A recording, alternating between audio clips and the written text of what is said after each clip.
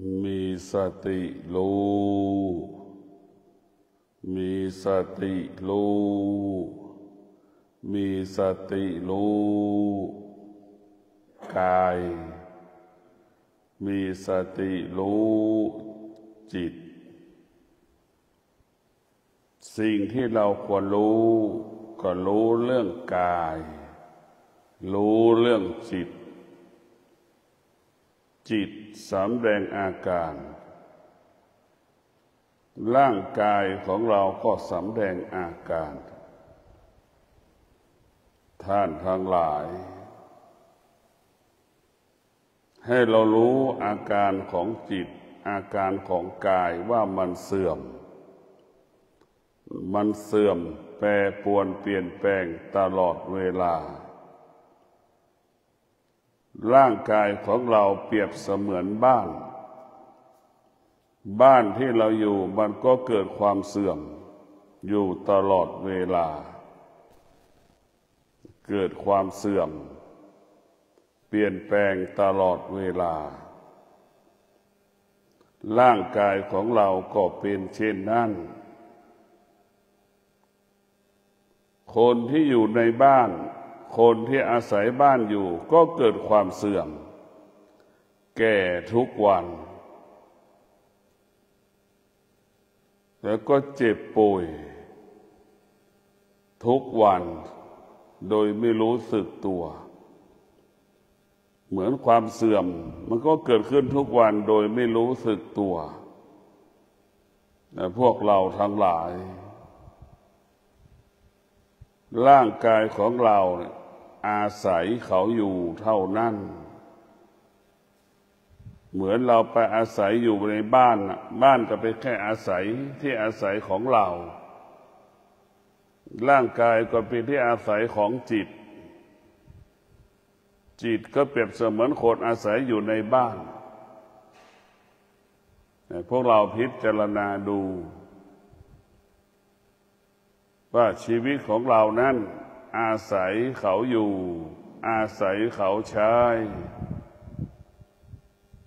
เป็นแค่นี้แหละไม่มีเรื่องอื่นมันไม่มีอะไรเป็นของเราทั้งสิ้นมันไม่มีเรามันไม่มีเขาไอ้ที่มันลำบากใจทุกข์ใจเพราะมันมีเราเพราะมันมีเขามันจึงเกิดการปรุงแต่งขึ้นมีเรามีเขาจึงมีสิ่งนั้นจึงมีสิ่งนี้มันไม่มีวันจบสิ้นพวกเราทั้งหลายเราต้องพิจารณาความจริงชีวิตที่มันต้องการความจริงชีวิตที่มันไม่ต้องการความจริงชีวิตที่ควรแสวงหาตลอดเวลาความจริงชีวิตเราไม่ควรแสวงหาเราต้องรู้สิ่งเหล่านี้สิ่งที่เราควรรู้ก็รู้ว่าความทุกข์ก็ดีความสุขก็ดีมันไม่เที่ยงให้เราเข้าใจเช่นนี้เมื่อเรารู้ว่าสุขและทุกข์มันเป็นของธรรมดาของมันเป็นเช่นนี้มันเป็นแบบนี้ของมันให้เรามีสติรู้เบื้องต้นสุขกี่ร้อยครั้งล่ะมันก็จากเราไปทุกข์กี่ร้อยครั้งล่ะมันก็จากเราไปแต่พวกเราทั้งหลายมันจากเราไปหมดเลยเมื่อเรารู้ว่าสิ่งต่างๆมันจากเราไปเราก็ไม่ควรไปยึดติดส่วนมากมนุษย์ทั้งหลายพวกเราทั้งหลายก็ไปยึดติดในสิ่งที่เรารู้ทั้งหมดเราไปยึดติดหมดตาเห็นรูปตาก็ไปยึดติดหูได้ยินเสียงหูก็ไปยึดติดในเสียง จมูกสัมผัสกับกลิ่นก็ไปยึดติดในกลิ่นนะเห็นไหมนี่เราไปยึดติดไอ้การยึดติดนี่แหละจึงทำให้เราเป็นทุกข์ตลอดเวลาไอ้ตัวยึดติดมันก็เกิดความเสื่อมเกิดการเปลี่ยนแปลงแปรปรวนตลอดเวลามันไม่มีสิ่งใดที่มั่นคงเป็นอมตะมันไม่มีทุกอย่างมันเป็นธรรมชาติทุกอย่างเป็นธรรมดาของมันเราต้องเข้าใจสิ่งเหล่านี้ว่าเบื้องต้นมันเป็นเช่นนี้มันเป็นเช่นนี้มันเป็นเช่นนี้เราจะต้องรู้แล้วก็ละสิ่งที่เรารู้เราต้องรู้ด้วยว่าทุกอย่างอะไรที่เป็นธรรมชาติเราต้องละให้หมดธรรมชาติของตาเห็นรูปเนี่ยมันก็ไปติดในรูปเราก็เข้าใจเช่นนั้นว่าเป็นธรรมชาติแล้วก็ละเสียเราไม่ควรไปยึดติดมันหูสัมผัสกับเสียงก็เป็นเช่นนั้นเราก็ละเสียเราไม่ต้องไปยึดติดมันทุกอย่างเราจะไม่ยึดติดสิ่งที่เรารู้และสัมผัสแต่มันตรงกันข้ามเราเข้าไปยึดติดแล้วเข้าไปสงสัยในสิ่งที่เรารู้เราเข้าไปสงสัยเข้าไปยึดติดในสิ่งที่เรารู้แล้วก็เป็นทุกข์ทันทีอีกเหมือนหนูเข้าไปยึดติดแล้วก็กลายเป็นหนูติดกาวนั่นแหละเข้าไปสงสัยเพราะฉะนั้นพระพุทธเจ้าสอนเราไม่ควรสงสัยทั้งสิ้น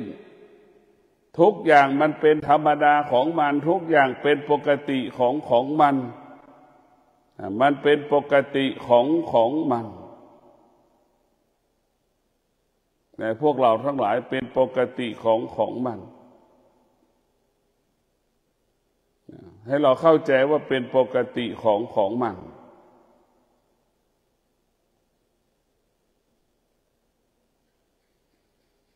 เราไม่ควรไปยึดติดสิ่งใดสิ่งหนึ่งเมื่อเรารู้ทั่วแล้วว่าธรรมชาติมันเป็นเช่นนี้ธรรมชาติมันเป็นเช่นนี้ธรรมชาติมันเป็นแบบนี้เราก็ละธรรมชาติเราก็ไม่ควรไปยึดติดสิ่งที่เป็นธรรมชาติทั้งระบบถ้ามารู้แล้วว่าทุกอย่างเป็นธรรมชาติแต่ทุกวันนี้เราเข้าไปยึดติดธรรมชาติธรรมชาติมันก็เปลี่ยนแปลงเหมือนเช้านี้อากาศเย็นลมแรงแต่เช้านี้อากาศลมอากาศก็เย็นลมก็แรงก็มันเปลี่ยนแปลงตลอดเวลาตื่นเช้านี้มาเราตื่นมาเราก็หงุดหงิดอึดอัดไม่อยากจะตื่นไม่อยากจะมาสวดมนต์ไม่อยากไหว้พระเนี่ยสิ่งเหล่านี้มันเป็นธรรมชาติมันเป็นปกติของมันเปลี่ยนแปลงเบื้องต้นเราต้องเข้าใจเรื่องการเปลี่ยนแปลงของธรรมชาติเมื่อเราเข้าใจเรื่องความจริงแล้วเราก็ไปศึกษาเรียนรู้ความจริงของธรรมะกับความจริงของธรรมชาติต่างกันอีกความจริงของธรรมะเป็นความจริงที่อยู่เหนือธรรมชาติความจริงของธรรมะให้เรารู้ว่าฤดูร้อนมันปรากฏธรรมะก็หมายถึงสติมันก็จะบอกให้เราอดทนบอกให้เราอดทนบอกให้เรามีวิริยะภาคเพียรอยู่กับความร้อนนั้นให้ได้มันจะบอกมันจะสอนเราให้เราอดทนอยู่กับสภาพความร้อนที่มันปรากฏให้เราเข้าใจเช่นนี้นี่ธรรมะมันจะบอกมันจะสอนให้เราเข้าใจสิ่งเข้าใจเรื่องธรรมชาติให้เราอยู่เหนือธรรมชาติเราฝึกจิต เราให้เรามีความอดทนเราก็จะอยู่เหนือความร้อนที่มันปรากฏความร้อนที่มันปรากฏเราก็รู้สึกเฉยๆว่ามันร้อนเราฝึกแบบนี้อย่างนี้ทุกวันเราก็ความร้อนมันปรากฏเราก็อยู่กับความร้อนนั้นได้เช่นฤดูร้อนปรากฏเราก็อยู่กับฤดูร้อนนั้นได้เราฝึกแบบนี้เป็นประจำทุกวันพอหมดฤดูร้อนเสร็จอีกเราจะเข้าสู่ฤดูฝนอีกเราก็ต้องเข้าใจอีกพอฤดูฝนปรากฏเราก็ต้องมีสติรู้อีกให้อดทนกับสภาพฤดูฝนไปยากมายากลำบากเนี่ยเราก็รู้ฤดูฝนไปไหนก็ยากไปไหนก็ลำบากทำอะไรก็ลำบากเพราะฝนมันตกเราก็จะเป็นต้องมีสติอดทนมีสติอดทนมีสติอยู่วิริยะภาคเพียรอยู่กับการที่ฝนมันตกให้ได้เราจะอยู่กับมันให้ได้จนถึงที่สุดเราก็อยู่กับฤดูฝนที่ฝนมันตกและอยู่ได้อย่างเป็นปกตินี่แหละเราเข้าใจมันเราศึกษาธรรมะคือสตินั่นแหละธรรมะก็คือสติให้เราอยู่เหนือมันอยู่เหนือฤดูฝนที่มันตกจะไปอยู่ใต้อำนาจของฤดูฝนแล้วต้องมีธรรมะจะคือสติให้เราอดทนอยู่กับฤดูฝนให้เราอดทนอยู่กับฤดูฝนให้เรามีวิริยะภาคเพียรอยู่กับฤดูฝนจนถึงที่สุดเราก็บรรลุชนะฤดูร้อนก็ผ่านไปแล้วเราก็อยู่ได้อย่างเป็นปกติฤดูฝนก็เกิดอยู่ได้อย่างเป็นปกติพอฤดูหนาวปรากฏอีกเราก็มีสติรู้อยู่เหนือความหนาวเย็นเราก็ต้องใช้ความอดทนอีกใช้วิริยะภาคเพียรอยู่กับความอยู่กับความหนาวเย็นนั่นอีกทุกคนก็เป็นอยู่แต่ทุกคนไม่รู้นะทุกคนไม่รู้มีธรรมะอยู่ในตัวทุกคนนะทุกคนก็พอฤดูหนาวทุกคนก็ต้องทนสภาพของความหนาวเย็นพอถึงฤดูร้อนทุกคนก็สภาพทนกับความฤดูร้อนที่มันร้อนปรากฏเนี่ยเราก็รู้อย่างนี้ทนแบบนี้แหละในพวกเราทั้งหลายเนี่ยการฝึกให้เรารู้เบื้องต้นรู้แบบนี้รู้ของการเปลี่ยนแปลงของฤดูร้อนฤดูหนาวฤดูฝนที่มันปรากฏฤดูร้อนเราก็อยู่มันได้ฤดูหนาวปรากฏเราก็อยู่มันได้ฤดูฝนตกเราก็อยู่กับมันได้เราเข้าใจมันนี่ก็คือเราเข้าใจเรื่องการเปลี่ยนแปลงธรรมะให้เราอยู่เหนือธรรมชาติธรรมะมันก็บอกมันก็สอนเราอีกให้เรามีสติรู้ให้เรามีสติรู้อีกว่าธรรมะให้เรามีสติรู้สุขมันไม่เที่ยงทุกข์มันไม่เที่ยงสุขมันเป็นอนิจจังทุกข์มันเป็นอนิจจังเราจะต้องอยู่เหนืออนิจจังทุกขังอนัตตาให้เรารู้อย่างเงี้ยเบื้องต้นเรารู้มันรู้ความจริงที่อยู่เหนือความจริงธรรมะคือสติให้เรารู้เรื่องธรรมชาติแล้วก็ให้เราอยู่เหนือธรรมชาติพวกเราทุกคนต้องมีสติรู้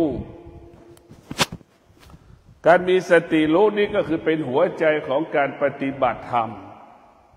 เป็นหัวใจของการดำเนินชีวิตแต่ละวันเรามีสติรู้นี่ทำอะไรก็ประสบความสำเร็จทุกวันถ้ามีสติรู้สึกตัวนี่แหละเป็นสิ่งที่มีค่าเป็นสิ่งที่มีความหมายเราจะรักษาการเป็นมนุษย์ก็เพราะเรารู้สึกตัวนี่แหละจะรักษาหน้าที่ตำแหน่งการงานเราก็เพราะ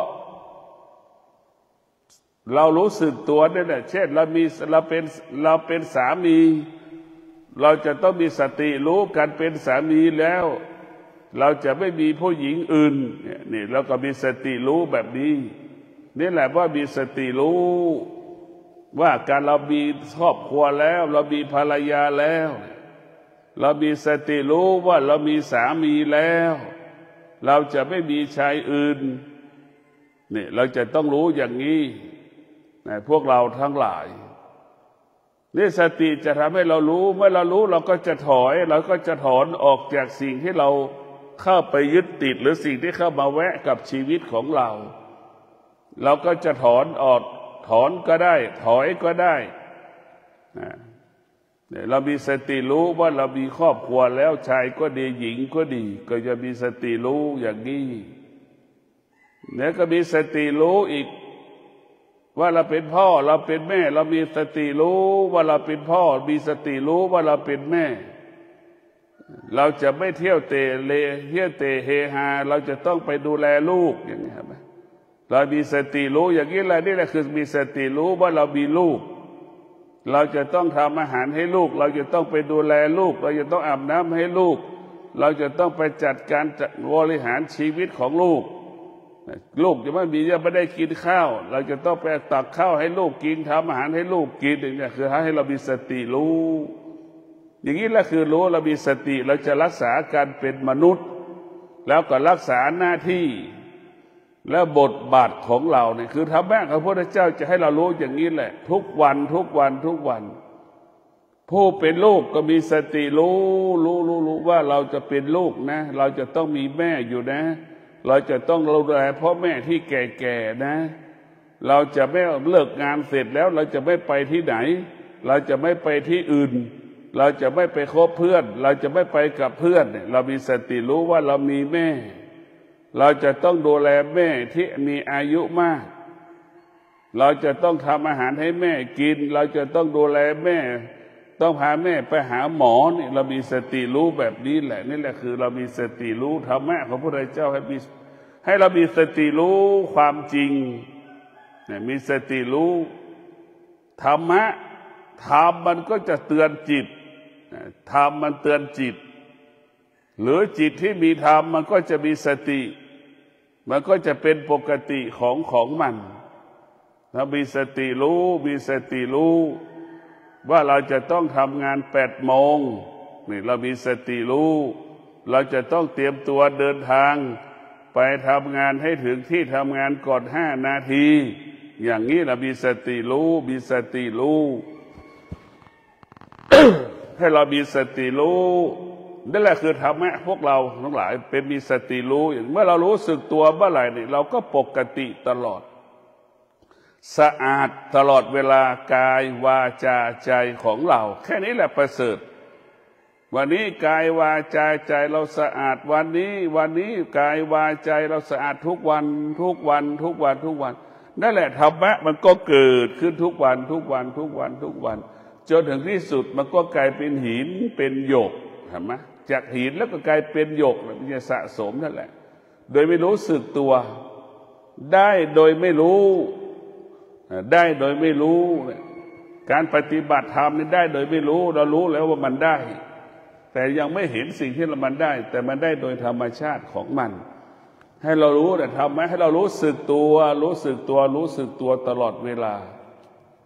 เรารู้สึกตัวเมื่อเรารู้สึกตัวแล้วท่านทั้งหลายทุกอย่างมันก็เป็นปกติของมันไม่ต้องพูดไม่รู้เมื่อคนรู้สึกตัวก็คือรู้จักหน้าที่ตัวเองเมื่อรู้สึกตัวก็รู้จักหน้าที่เมื่อรู้จักหน้าที่ก็รู้จักเวลาที่จะต้องทำหน้าที่เมื่อรู้จักเวลาทำหน้าที่ก็จะทำหน้าที่ให้สมบูรณ์แบบที่สุดแล้วว่านี่แหละคือสติมันจะรู้บอกสอนให้เรารู้อย่างนี้รู้สึกตัวตลอดเวลาแต่เรารู้สึกตัวว่าเรามีแม่เราเป็นลูกจ้างเขาเราจะต้องอดทนแม่อาศัยเงินเราอาศัยเงินเดือนให้เราทำงานแต่ละเดือนเราจะมีสติอดทนต่อสภาพที่นายจ้างมันสำแดงอาการให้กับเราไม่พอใจเราทำงานอะไรเล็กๆน้อยๆไม่ถูกใจเขาเราจะเป็นต้องมีสติรู้ต้องอดทนเพื่อแม่อย่างเงี้ยเมื่อเราคิดถึงแม่เราจะอดทน เมื่อเราอดทนแม่ก็จะมีเงินใช้ทุกเดือนถ้าเราขาดสติเมื่อไหร่เราออกจากงานเนี่ยแม่ก็ไม่มีเงินแต่เพราะเราไม่มีเงินเดือนไม่มีเงินให้แม่ท่านทั้งหลายเราก็มีสติรู้ว่าแม่อาศัยเรามีสติรู้เรายังมีพี่มีน้องต้องอาศัยเราจะเป็นต้องอดทนเราจะเป็นต้องเสียสละมันจะทุกข์เราก็ต้องอยู่กับความทุกข์ให้ได้ในท่านทั้งหลายเรามีความทุกข์เราต้องอยู่กับความทุกข์ให้ได้เรามีความสุขต้องอยู่กับความสุขให้ได้เราจะต้องรับภาระหน้าที่คือเรามีพี่เรามีน้องเรามีแม่เราก็มีสติรู้ว่าแม่เจ็บป่วยหรือคนในครอบครัวเราเจ็บป่วยต้องอาศัยเราอีกเราก็จะเป็นต้องเพิ่มความอดทนเพิ่มความขยันเพิ่มความภาคเพียรคือให้มากขึ้นกว่าเก่าเรามีสติมากกว่าเก่านี่แหละพวกเราทั้งหลายการเพิ่มความอดทนก็คือเพิ่มเรียกว่าเป็นการเพิ่มทูนในตัวมันเองเราเพิ่มความอดทนเป็นการเพิ่มทูนเพิ่มวิริยะภาคเพียรก็เป็นการเพิ่มทูนในตัวมันเองพวกเราทั้งหลายให้เรามีสติรู้อย่างนี้แหละนี่แหละคือธรรมะความจริงของมันทุกวันให้เรารู้แบบนี้ว่าเราแม่ของเราคนในครอบครัวของเรากำลังรอเราอยู่อาศัยเราอยู่แต่ละเดือนเนี่ยไหมนี่แหละให้เรารู้อดทน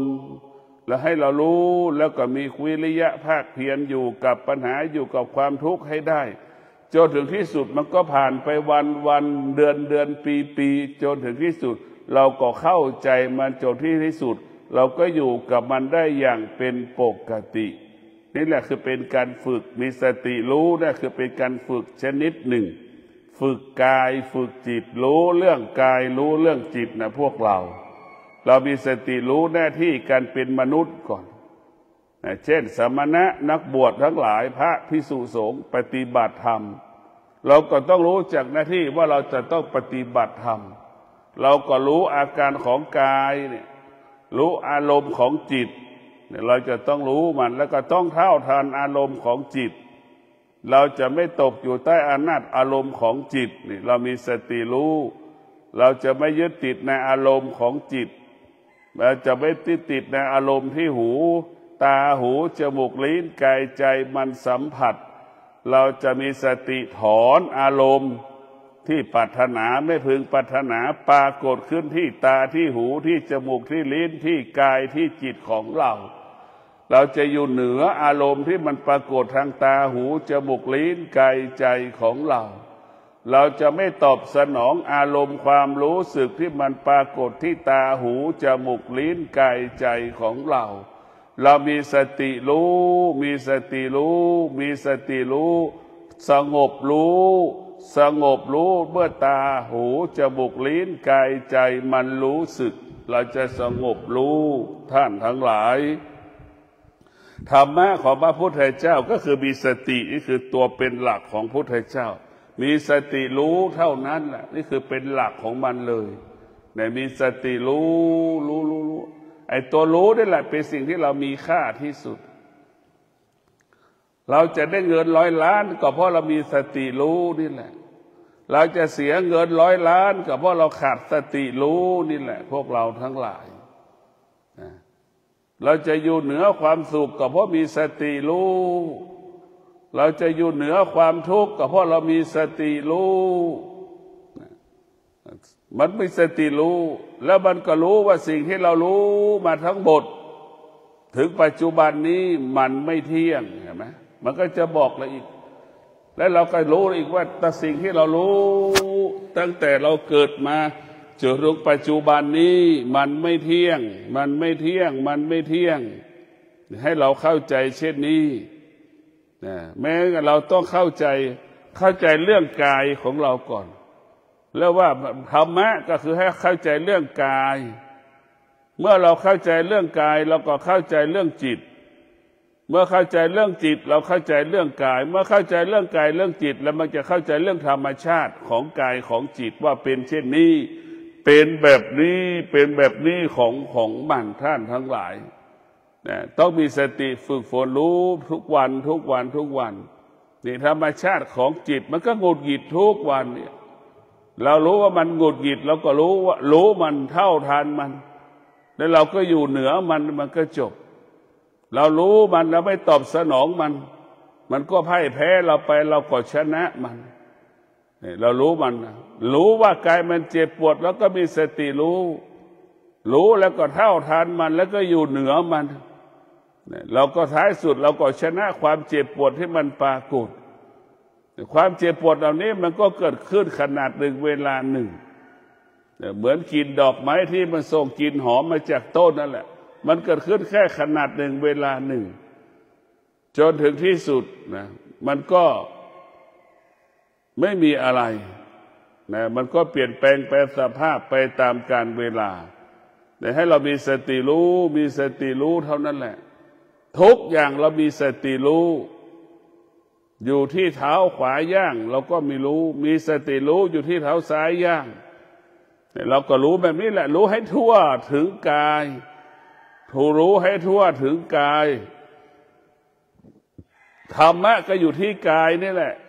รู้แล้วก็อยู่เหนือรู้ทุกๆเรื่องนะรู้ให้อยู่เหนือรู้ทุกๆเรื่องรู้ทุกๆเรื่องก็ให้ละทุกๆเรื่อง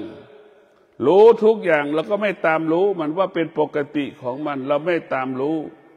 เราไม่ต้องสงสัยว่าทำไมฝนมันตกในฤดูร้อนอย่างเงี้ยเราจะไปสงสัยมันเราจะไปสงสัยว่าทำไมมาถึงพายุมันถึงมาเราจะไปสงสัยมันทุกอย่างมันเป็นปกติของมันไม่มีอะไรแน่นอนเราเข้าใจมันสิ่งเหล่านี้มันเป็นเช่นนี้เป็นแบบนี้ของมันพวกเราทั้งหลายอารมณ์ของเราความรู้สึกของเรามันก็เปลี่ยนแปลงไปตลอดเวลาให้เราเข้าใจสิ่งที่มันปรากฏในชีวิตประจำวันเราทุกวันให้เราสังเกตพิจารณาดูทุกวันเช่นสุขภายในหนึ่งวันเนี่ยมันเกิดขึ้นกี่สิบครั้งเราพิจารณาจดบันทึกไว้บ้างทุกข์เกิดขึ้นหนึ่งวันนี่กี่สิบครั้งภายในหนึ่งวันเนี่ยเราก็จดบันทึกไว้บ้างเราโมโหเราหงุดหงิดเราอึดอัดเนี่ยชอบใจไม่ชอบใจในกี่สิบครั้งเราก็บันทึกไว้บ้างชอบใจกี่สิบครั้งเราก็บันทึกไว้บ้างหนึ่งวันเนี่ยเราให้เรารู้ว่าอาการเหล่านี้มันเกิดขึ้นเป็นปกติมันเกิดขึ้นทุกวันไหมเราก็บันทึกทุกวันแล้วก็ดูจนถึงที่สุดมันก็เป็นปกติของมันผู้ที่มีสติสละอารมณ์ของตนเองผู้ที่มีสติก็จะปลดเปลื้องอารมณ์ของตนเองออกไปจากจิตออกไปจากตาหูจมูกลิ้นกายใจเราจะปลดเปลื้องสิ่งที่เรารู้สิ่งที่เราสัมผัสสิ่งที่เราเห็นมาทั้งตลอดชีวิตออกไปให้หมด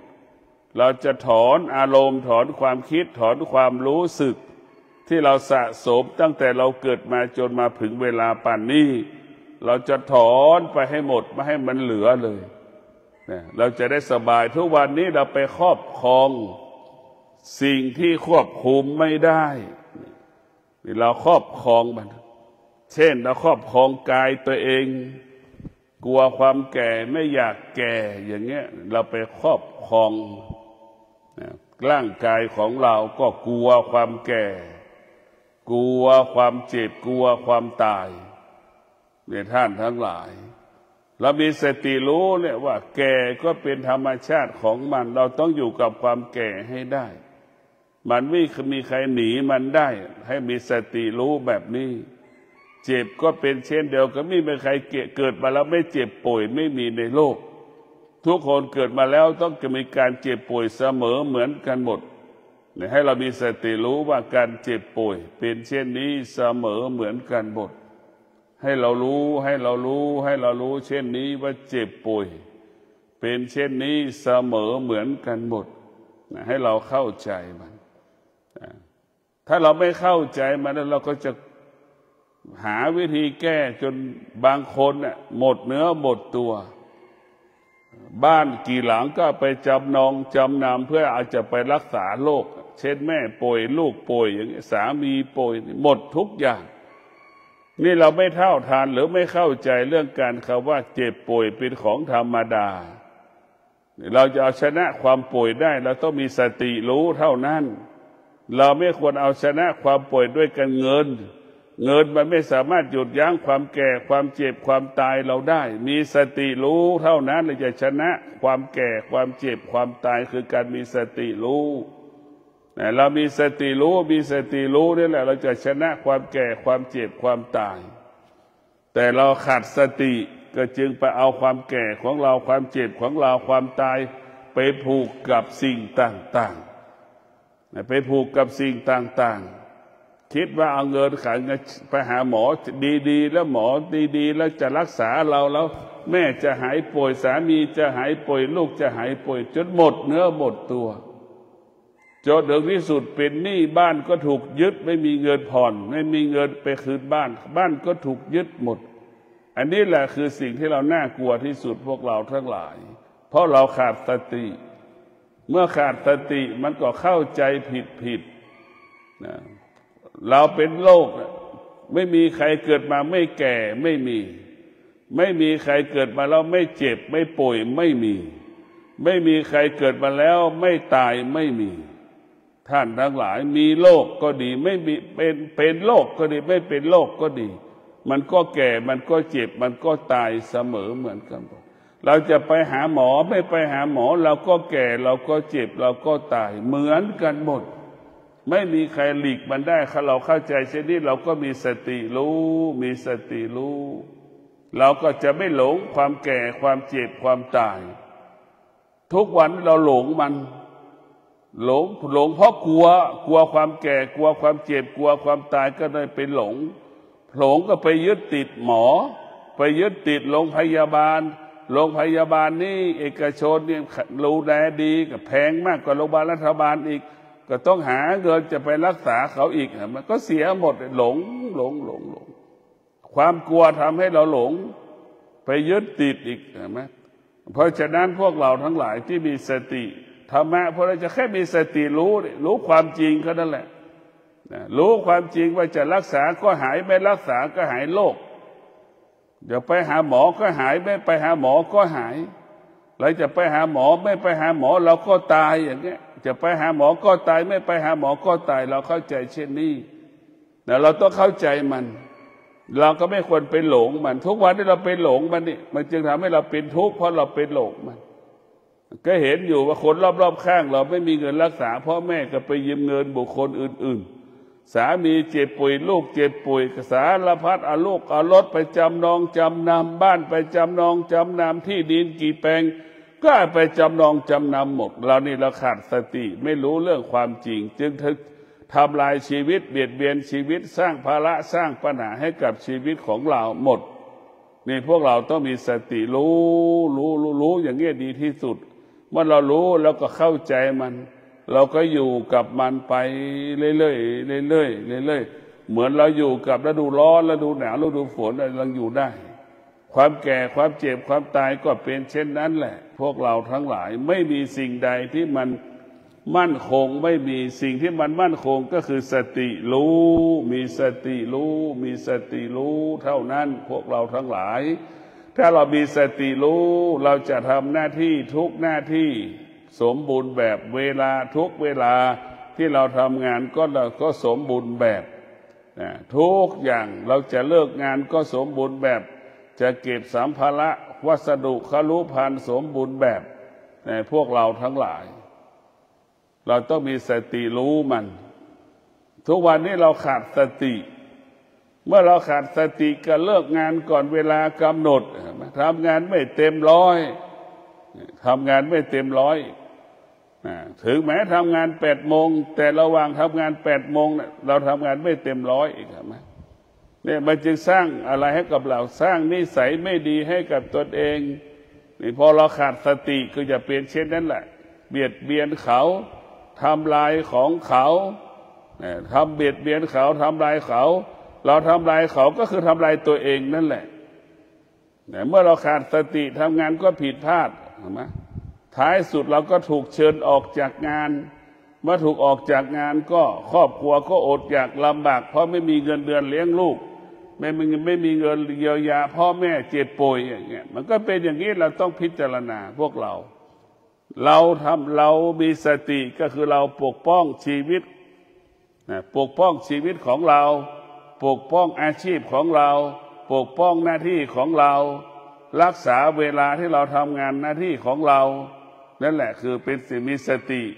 มันจะรักษาเวลาทำงานให้ตรงต่อเวลาเลิกงานตรงต่อเวลาหรือทำงานเผื่อเวลาให้กับงานหรือทำงานก่อนเวลากำหนดเลิกหลังเลิกงานก็เลิกหลังงานหลังเวลากำหนดเราก็จะเป็นเช่นนี้พวกเราทั้งหลายธรรมะของพระพุทธเจ้าเป็นสิ่งที่ดีเป็นสิ่งที่ประเสริฐมันมีพลังและมันมีอานุภาพเรียกว่าธรรมะเปลี่ยนแปลงชีวิตธรรมะเปลี่ยนแปลงชีวิตธรรมะเปลี่ยนแปลงระดับยกระดับจิตเรายกระดับจิตของเราธรรมะคือยกระดับจิตพวกเราทั้งหลายมีสติรู้มีสติรู้เมื่อเรามีสติรู้แล้วเราก็จะชนะทุกอย่างเรามีสติรู้แล้วสิ่งที่เรารู้ก็พ่ายแพ้เราตลอดกาลเวลาขอให้เรามีสติรู้ทุกคนให้มีสติรู้จักเมื่อรู้สึกตัวก็รู้จักหน้าที่เมื่อรู้จักหน้าที่ก็รู้จักเวลาที่จะทำหน้าที่เมื่อรู้จักเวลาทำหน้าที่เวลาทำหน้าที่ก็ทำหน้าที่สมบูรณ์แบบที่สุดนี่แหละคือธรรมะพุทธเจ้าก็ขอให้พวกเราทั้งหลายได้มีสติพิจารณาธรรมะของพระพุทธเจ้าว่าด้วยเรื่องความจริงของปัจจุบันได้ว่าเรื่องความจริงของปัจจุบันอย่ามีสติรู้สึกตัวนี่ว่าเรากำลังจะออกจากสมาธิเรามีสติรู้เรามีสติรู้ว่าเราจะลืมตาเรามีสติรู้เรามีสติรู้ว่าเราจะขยับมือขวามือซ้ายเรามีสติรู้ว่าเราจะขยับเท้าขวาเท้าซ้ายเรามีสติรู้เราจะขยับตัวของเรากายของเราให้เรามีสติรู้อย่างนี้นี่คือธรรมะรู้ปัจจุบันก็ขอความสุขสวัสดีจงเกิดแก่ท่านทั้งหลายมีสติรู้มีสติรู้ทุกลมหายใจกายก็ปกติวาจาก็ปกติใจก็ปกติหมดจดผ่องใสตลอดกาลเวลาขอเจริญพร